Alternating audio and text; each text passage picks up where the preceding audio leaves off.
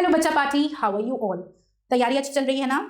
I hope बहुत अच्छी चल रही होगी और आप सब फुली प्रिपेयर्ड है अपने बोर्ड एग्जाम्स को लिखने के लिए। बस और चंद दिन बाकी हैं और फिर वो दिन आ जाएगा जिस दिन आप अपना पहला बोर्ड एग्जाम अटेम्प्ट करेंगे। पर अभी भी कुछ चीज़ों में हमें डाउट है, राइट? पढ़ते वक्त कई बार हम जानबूझ के भी, रिवाइज करते वक्त कई बार हम कुछ इंपॉर्टेंट चीज़ों को भूल जाते हैं। ऐसा क्यों होता है? क्योंकि बहुत सारे सब्जेक्ट्स हैं, बहुत सारे चैप्टर्स हैं, सबके कॉन्सेप्ट्स अलग हैं, सब में कुछ ना कुछ इंपॉर्टेंट है। इतने सारे कैरेक्टर्स, इतने सारे थ्योरम्स, इतने सारे फॉर्मूलेज, बहुत कुछ चीज़ें हैं जो इस छोटे से ब्रेन में हमें फिट करना है। But why are we fearful? We have worked for the entire year. हमने साल भर मेहनत की है, अब सिर्फ उसी मेहनत का नतीजा देखना बाकी है। अब लास्ट मोमेंट रिवीजन करना है। लास्ट मोमेंट में हमें एक बार सारी चीज़ों को अच्छे से याद कर लेना है ताकि हम अपने आंसर्स को बेस्ट तरीके से फ्रेम कर सके।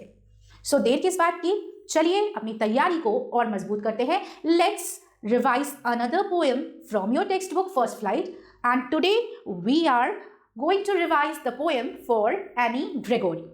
शुरू करने से पहले I would like to request that follow and subscribe our channel for more updates.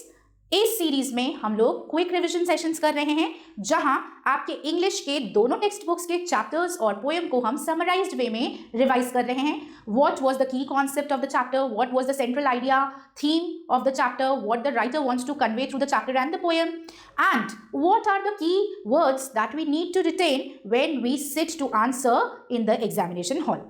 तो इस पोएम को शुरू करते हैं। For Annie Gregory has been written by the famous poet W.B. Yeats. And इस पोएम में बेसिकली इनर ब्यूटी और outer beauty में कॉन्फ्लिक्ट दिखाया है। People usually have a tendency to fall for outer appearance. क्योंकि हम सबसे पहले अगर किसी चीज़ को देखते हैं तो किसी का फिजिकल अपीयरेंस या आउटर अपीयरेंस ही देखते हैं। ज़्यादातर लोग उस आउटर अपीयरेंस को ही इंपॉर्टेंस देते हैं, but it is more important to focus on someone's inner beauty. जो इंसान अंदर से अच्छा होगा वही सबसे ज्यादा खूबसूरत है। That is the central message of this poem. In this poem a man is speaking a dialogue where he is telling that most of the men like Annie for her looks, her hair, her face and her personality, but Annie she wants the people to love her soul, not her outer beauty. This is the central theme of the poem. Alright, let's quickly revise it and see what is the focus. The focus is on the themes of inner versus outer beauty. As I told that the poet basically is trying to highlight the importance of inner beauty over outer beauty. Outer beauty को देख के लोग ज़्यादातर attract हो जाते हैं और कहीं ना कहीं इनर ब्यूटी को इग्नोर कर देते हैं, जबकि होना इसका उल्टा चाहिए।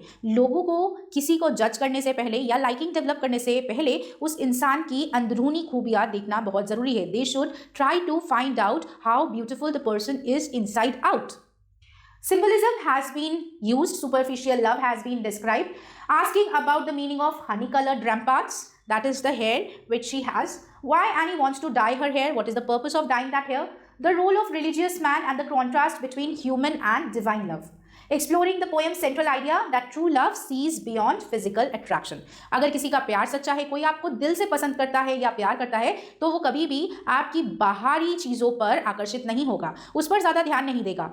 वैल्यू जिस चीज़ को वो करेगा वो है आपके इनर ब्यूटी को। The person who loves you truly will always try to find out the beauty of your inner soul, not your outer appearance और physical appearance.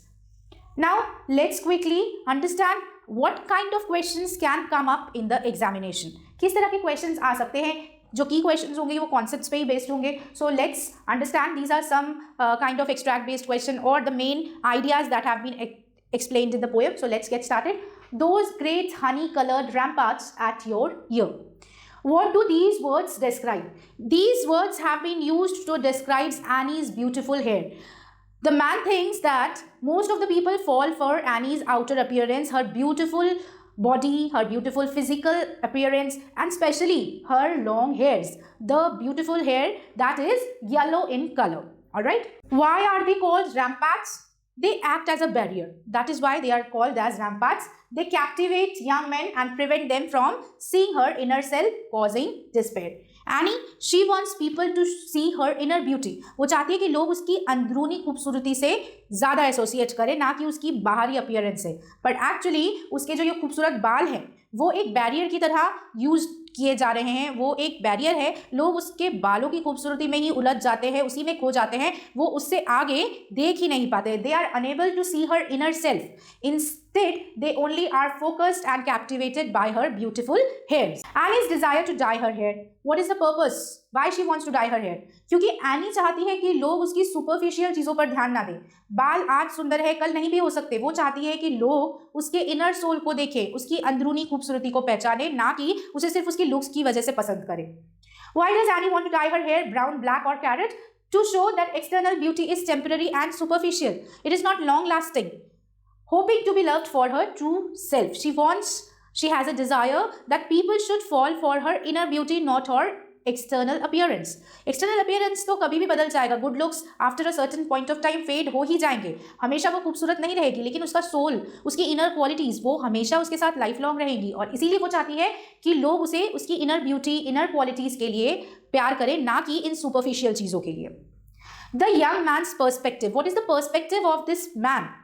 What does the young man mean by never shall a young man thrown into despair by those great honey-colored ramparts at your ear?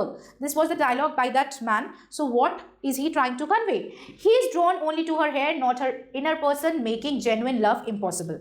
If you love somebody genuinely, then you will love him or her inside out. आप सिर्फ उसकी बाहरी खूबसूरती या physical appearance पे ध्यान नहीं दोगे, आप उसके गुणों पर ध्यान दोगे, उसके सोल पर ध्यान दोगे कि वो कितना अच्छा इंसान है। लेकिन वो आदमी कह रहा है कि ज़्यादातर लोग तो सिर्फ एनी के बालों से ही आकर्षित होते हैं, उसके आगे उन्हें कुछ दिखता ही नहीं है। वो लोग उन बालों की खूबसूरती में, एनी की खूबसूरती में इतना खो जाते हैं कि वो उसकी इनर ब्यूटी के बारे में भूल ही जाते हैं, उस पर तो उनका ध्यान ही नहीं जाता। और क्योंकि वो सिर्फ उसकी बाहरी सुंदरता को ही ध्यान दे रहे हैं या उसकी बाहरी सुंदरता के बारे में ही सोच रहे हैं, इसीलिए वो सब कभी भी एनी को जेन्युइनली प्यार नहीं कर सकते। जैसे ही एनी के बालों की ये खूबसूरती चली जाएगी, with age her beauty will also slowly and gradually fade, their love will also fade, and that is why these people will never be able to love Annie in a genuine way. The religious man's wisdom, what did the man say about that? What did the old religious man tell the poet? क्या बोला था उसने? That God can love someone for themselves alone, unlike humans who focus on appearance. According to that religious man, he says that God, यानी भगवान जो supreme power है, वो इंसान को, वो जिस तरह का इंसान है उसके लिए प्यार कर सकता है, अच्छा बुरा सब कुछ लेकिन human beings cannot be like that. The love of human beings is different from the divine love. Human beings only focus on appearances. Appearances change, the love also changes. Unlike to what is divine love. Divine love में ऐसा नहीं होता है, भगवान या ईश्वर या जो भी सुप्रीम पावर है वो हमें, हम कैसे हैं उसके लिए प्यार करते हैं। जबकि ये जो दुनिया है, यहाँ लोग हमें हमारे बाहरी सुंदरता को देख के ही जज करते हैं या हमारी बाहरी सुंदरता के लिए ही हमसे अट्रैक्टेड होते हैं। Theme of true versus superficial love. How does the poet contrast human attraction with divine love? Humans are fickle, loving appearance. God loves soul or inner self. जैसा मैंने बोला कि जो ह्यूमन बींग्स है वो कॉन्स्टेंटली अपने ओपिनियंस को change करते रहते हैं, वो लोग फिकल माइंडेड है, उनका ओपिनियन तभी तक सेम है जब तक आप सेम हो। जैसे ही आप में, आपके फिजिकल अपीयरेंस में कोई चेंज आएगा, इमीडिएटली लोगों का बिहेवियर भी चेंज हो जाएगा। फॉर एग्जाम्पल, अभी लोग एनी के सुंदर बालों के लिए उसको प्यार करते हैं, they fall for her beauty, but as soon as the beauty of her hairs would be lost or her beauty will be lost, they will also stop loving her. उनका भी उसकी तरफ नज़रिया, जो आउटलुक है वो चेंज हो जाएगा। and this is where the difference lies. divine love is not like this. भगवान हमें हमारे लिए प्यार करते हैं, हम कैसे हैं, हमारा इनर सेल्फ कैसा है, हमारी खूबियाँ कैसी हैं, हम किस तरह के इंसान हैं, उसके लिए प्यार करते हैं, ना कि वो इस तरह से भेदभाव करते हैं कि वो सुंदर है और ये सुंदर नहीं है। What are the poetic devices used? Identify metaphors. Metaphor जब आइडेंटिफाई करने की बात आए तो सबसे पहले hair as ramparts, as barriers, and irony. Irony क्या है?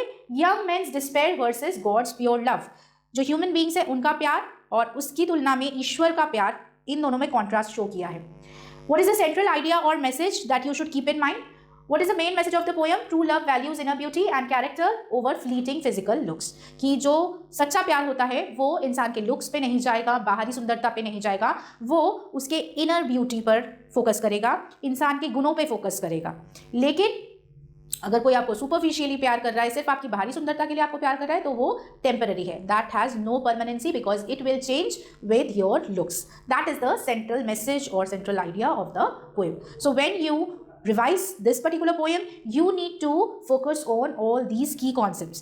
I hope children आपको याद आ गया होगा कि पोएम किस बारे में है और ईट्स ने किस चीज़ को हाईलाइट करने की कोशिश की है, पोएम का जो सेंट्रल आइडिया है वो क्या है. So now I am confident enough that you can write the answers related to this particular poem in confident वे.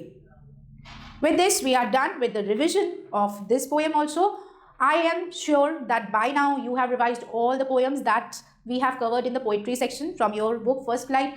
अब आपको याद होगा कि क्या क्या चीज़ें हैं, कौन कौन सी पोएम्स हैं, उनमें क्या क्या सेंट्रल आइडियाज़ है, क्या क्या थीम्स हैं, क्या पोएम में डिस्कस किया है, ये सब अब आपको याद होगा. So now you can answer the questions with full confidence. बस आपको इन्हीं चीज़ों का ध्यान रखना है जब आप क्वेश्चंस को आंसर करेंगे. So keep on learning, keep on practising and make your parents and your loved ones proud by cracking the board examinations in a wonderful way.